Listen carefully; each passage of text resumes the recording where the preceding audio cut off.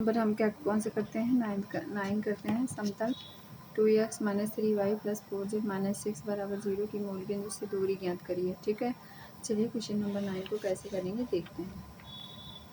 Question number 9 complete हो गया। Question number 9 complete हो, कंफर्म कर लेते हैं कौन सा कंप्लीट हो हमारे। 6/29 क्वेश्चन नंबर 9 ही है। ठीक है, चलिए क्वेश्चन नंबर 10 देखते हैं। बिंदुओं 2 1 0 3 1 3 - 2 - 2 और 3 1 3 3 1 3 7 3 1 7 से होकर जाने वाली समतल का कार्तीय रूप क्या होगा। ठीक है, कार्तीय रूप देखते हैं। कार्तीय रूप कैसे निकालेंगे चलिए देखते हैं। जानते हैं कि x1 y1 z1 x2 y2 z2 okay, x3 y3 z3 x - x1 y - y1 z - z1 x2 - x1 y2 - y1 z2 - z1 x3 - x1 y3 - y1 z3 - z1 okay, equals to कितने के 0 के बराबर। ठीक, तो आगे अब इसे कैसे सॉल्व करना है ये देखते हैं। आइए क्या करते हैं, इस क्वेश्चन को कैसे करेंगे। अब इसके बिंदु कौन कौन से बने, बिंदु कौन कौन से बनेंगे।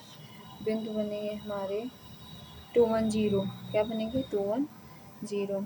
ठीक है, 2 1 0 लिख ले रहे हैं। ठीक है, और क्या 3 - 2 - 2 3 1 7। ठीक है, से होकर जाने वाले समतल का समीकरण। अब देखो वैल्यू में पुट कर देते हैं। x - 2 y - 1 z - 0 3 - 2 क्या होगा -2 - 1 हो जाएगा। ठीक है, और -2 - 0 हो जाएगा। 3 - 2 1 - 1 7 - 0 बराबर कितने को होगा 0 के होगा। तो वैल्यू क्या आएगी देखते हैं हम। x - 2 y - 1 z बचा, यहाँ 1 बचा, यहाँ कितना हुआ -3, यहाँ -2, यहाँ 1 0 और 7। ठीक है, बराबर कितने के 0 के, बराबर कितना के 0 के। ठीक है, तो x - 2 इसका x - 2 यहाँ 3 से 1 से 21 -21 हुआ, माइनस के साथ 0 हुआ, -y हुआ -1 हो जाएगा ना यहाँ पे। फिर इसके बाद इसको ऐसे 7 1 7 -2 प्लस हो जाएगा। तो क्या बनेगा हमारा 7 + 2 बनेगा, 7 + 2 बन जाएगा। अब हम किसको लेंगे, जेड को ले लेंगे। तो जेड लेंगे किसके साथ, प्लस के साथ आएगा, प्लस के साथ आएगा 0 हो जाएगा और 3 -3 ना, -3 है तो 0 -3 है, माइनस का चिन्ह लगेगा तो क्या होगा प्लस जेड के साथ 3, जेड के साथ क्या आ जाएगा 3 आ जाएगा ना। तो अब इसको मल्टीप्लाई कर लेते हैं हम। -21x + 42 -9y + 9 + 3z = 0 के, -21x + -9y + 3z = -51 7x + 3y - z बराबर क्या हो जाएगा 17 से। ठीक है, सभी में 3 से डिवाइड कर दिए गए, तो इसका हमारा क्या हुआ, इस तरीके से राइट आंसर आ गया। ठीक है, इसे माने हो क्या x1 y1 z1 x2 y2 z2 x3 y3 z3। ठीक है, यहाँ पे क्या हुआ, ये फार्मूला है, इसी फार्मूले में सबकी वैल्यू पुट कर दी गई, जो मान आया फिर उसके बाद इसका क्या निकाल दिया हमने, x - 2 कॉमन लेके इस तरीके से निकाल के ये हमारा, फिर हमने 3 से डिवाइड कर दिए क्योंकि 3 से सभी पदों में डिवाइड हो रहा था, तो इसको सिंपल करके ये हमारा राइट आंसर आ गया। ठीक, अब क्वेश्चन नंबर कौन सा हमारा 11, क्वेश्चन नंबर कौन सा है 11 है। उस उस अक्ष या उस समतल का समीकरण ज्ञात करें जो एक्स वाई जेड अक्षों पर क्रमशः 2 3 4 अंतःखंड को काटता है। अंतःखंड को क्या करता है? काटता है। अंतःखंड को क्या करता है बेटा? काटता है। चलिए देखते हैं क्वेश्चन कैसे करेंगे। अंतःखंड को काटता है तो हमारा क्या अंतःखंड के समीकरण क्या बनता है? X upon a plus y upon b plus z upon c equals to 1 के। इक्वेशन नंबर 1 बनेगा। ठीक है। ए बराबर कितना दिया है? 2, बी बराबर कितना दिया है? 3, सी बराबर कितना दिया है? 4। तो समीकरण 1 से। समीकरण कितने से? 1 से। ठीक है। समीकरण कितने से? 1 से। अब हमारा क्या होगा? अब देख रहे हैं हम 2 3 4 हो गया। अंतःखंड काटता है तो कैसे बना? ए की जगह क्या रखेंगे? 2, वाई की क्या जगह रखेंगे? 3, जेड की जगह क्या रखेंगे? 4। ठीक है। बराबर कितने के? 1 के। तो क्या हो गया? अब यहाँ पे देखो इसका हम क्या निकाल लेते हैं? 6x प्लस में 4y plus 3z equals to कितने के? 12 के। इस तरीके से ये हमारा राइट आंसर हो गया। क्वेश्चन नंबर अब क्या करेंगे? 30। क्वेश्चन नंबर कितना? 12 है। दिखाइए कि रेखाएं x plus 3 minus 3 equals to y minus 1 upon 1 equals to z minus 5 upon 5 तथा इनके सहखंडी निकालना है। इनका क्या है? सहतली। सहतली कैसे निकालते हैं आइए देखते हैं। सहतली कैसे निकालते हैं आइए देखते हैं।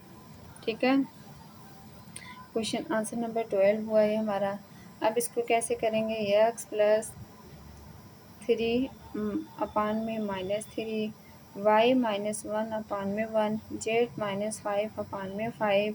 ठीक है। तथा क्या? एक्स प्लस 1 अपान में minus 1 equals to y minus 2 upon में 2, जेड माइनस 5 अपान में 5 सहतली हैं। ठीक है।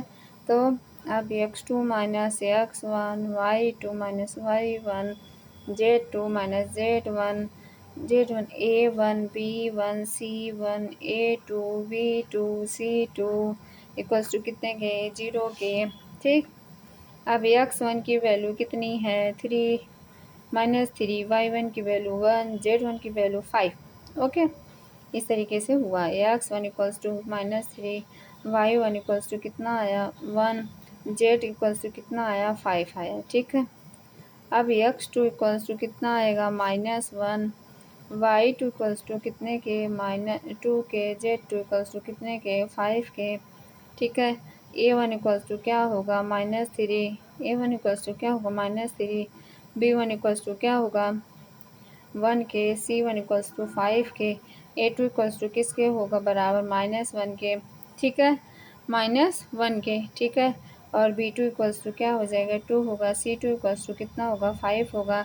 अब हम पुट कर देंगे वैल्यू को तो क्या होगा? माइनस 1 प्लस में 3। ठीक है। 2 माइनस 1 5 माइनस 5 यहाँ पे वैल्यू पुट कर रहे हैं सिंपल सा। और इसमें एज इट इज़ वैल्यू रख देंगे। माइनस 3 1 5 माइनस 1 2 और 5 माइनस 2 1 और 5। यहाँ तक आई समझ बात? यहाँ तक कोई प्रॉब्लम नहीं। चलिए अब इसके बाद क्या करते हैं? 2 1 0। ठीक है। यहाँ से 2, यहाँ से 1, यहाँ से क्या? 0। अब माइनस 3 1 5 माइनस 1 2 और 5। ठीक है। अब इक्वल्स टू क्या होगा? 2 5 5 2 जा 10, 5 1 जा 5 5 2 जा 10। तो 5 माइनस क्या हुआ? 10। ऐसे ही माइनस 1 के साथ 15 प्लस क्या हो जाएगा? 15 प्लस 5, 15 प्लस 5 हो जाएगा। ठीक है। तो क्या हुआ? माइनस 10 प्लस 10 इक्वल्स टू किसके बराबर? 0 के। तो ये आपका क्या हुआ? राइट आंसर हो गया। ठीक। तो आज की क्लास में बस इतना ही। और आपके लिए हम क्वेश्चन लाए हैं 13 14 15। ये आपके लिए होमवर्क है। ठीक है। ये 3 क्वेश्चन आपके होमवर्क में हैं। इस तरीके से आपका ये जो कंप्लीट मतलब डन हुआ आपका 3 dimensional geometry all important question and concept. ठीक है। Thank you so much. Radhe Radhe. जय श्री कृष्णा।